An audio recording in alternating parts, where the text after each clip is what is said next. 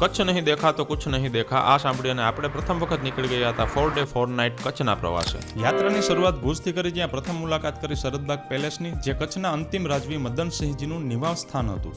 ત્યાં સરસ મ્યુઝિયમ જોઈ ને ગયા છતરડી નામની જગ્યાએ, જ્યાં ભવ્ય સ્મારકો છે અને બલિદાનોની કથાઓ છે. ત્યારબાદ ભુજીયો ડુંગર, હમીરસર તળાવ, કચ્છ મ્યુઝિયમ અને પ્રાગ મહેલ, આઈના મહેલ જોયો. ત્યાં સંગીત માણ્યું અને ભુજમાં દબાવીને દાબેલી ખાધી. ભુજમાં સ્મૃતિ ભવન પણ જોવાલાયક છે. તેની ટિકિટ 300 રૂપિયા છે, પણ ત્યારે બંધ હતું એટલે આપણે નીકળી ગયા આગળના પ્રવાસે. ભુજથી ખાવડા થઈને આપણે પહોંચી ગયા કાળો ડુંગર, જ્યાં વચ્ચે રસ્તામાં આવે છે ચુંબકીય ક્ષેત્ર. એ પણ જોવા જેવું છે. ડુંગર ઉપરથી તમને આખું રણપ્રદેશ દેખાય છે અને સામે તમે દૂરબીનથી ભૂખિસ્તાન દેશની બોર્ડર પણ જોઈ શકો છો. અહીં કાળા ડુંગરના નજારા જોવા પણ ખૂબ મજા આવે છે અને સનસેટ પોઈન્ટ પણ અદ્ભુત હોય છે. કાળો ડુંગરથી નજીકમાં આવેલ એક અદ્ભુત સ્થળ જોવા ગયા, જેને કહેવાય છે રોડ ટુ હેવન. બંને બાજુ પાણી જ પાણી અને વચ્ચે રસ્તો જતો હોય એ જાણે જાય છે સ્વર્ગમાં. પણ આપણે સ્વર્ગમાં જવાનું માંડી વાળ્યું, કારણ કે ખબર નથી કે ત્યાં નેટ આવે છે કે નહીં.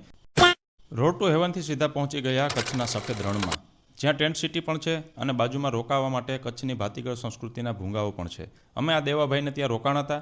2 થી 3 હજાર રૂપિયામાં તમને એક રૂમ મળે છે, 2 ટાઈમ જમવાનું આપે છે. ખૂબ મજા આવી.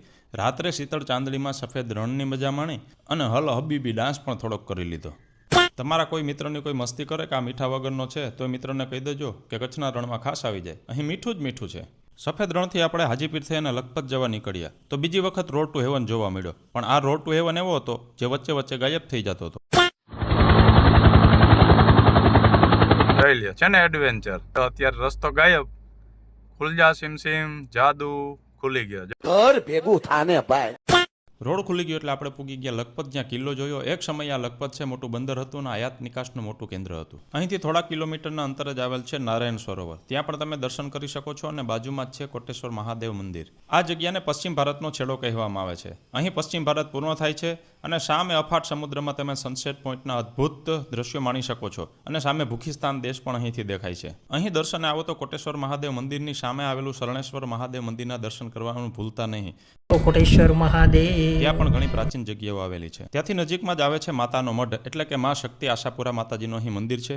વહેલી સવારે માતાના દર્શન કર્યા અને આશીર્વાદ લીધા અને એવું લાગ્યું જાણે માતાએ પણ કીધું હોય કે બેટા બહુ રખડ્યો, જા હવે પાછો કામ ધંધે લાગી જા અને પાછા ટિકિટના પૈસા થઈ જાય એટલે જે કચ્છ જોવાનું બાકી રહી ગયું તે ફરી જોઈ જાય. આમ આપણે કચ્છનો પ્રવાસ પૂર્ણ કર્યો. માતાના મઢેથી રિટર્ન થતા વચ્ચે રસ્તામાં જેસલ તોરલની સમાધિના દર્શન કર્યા.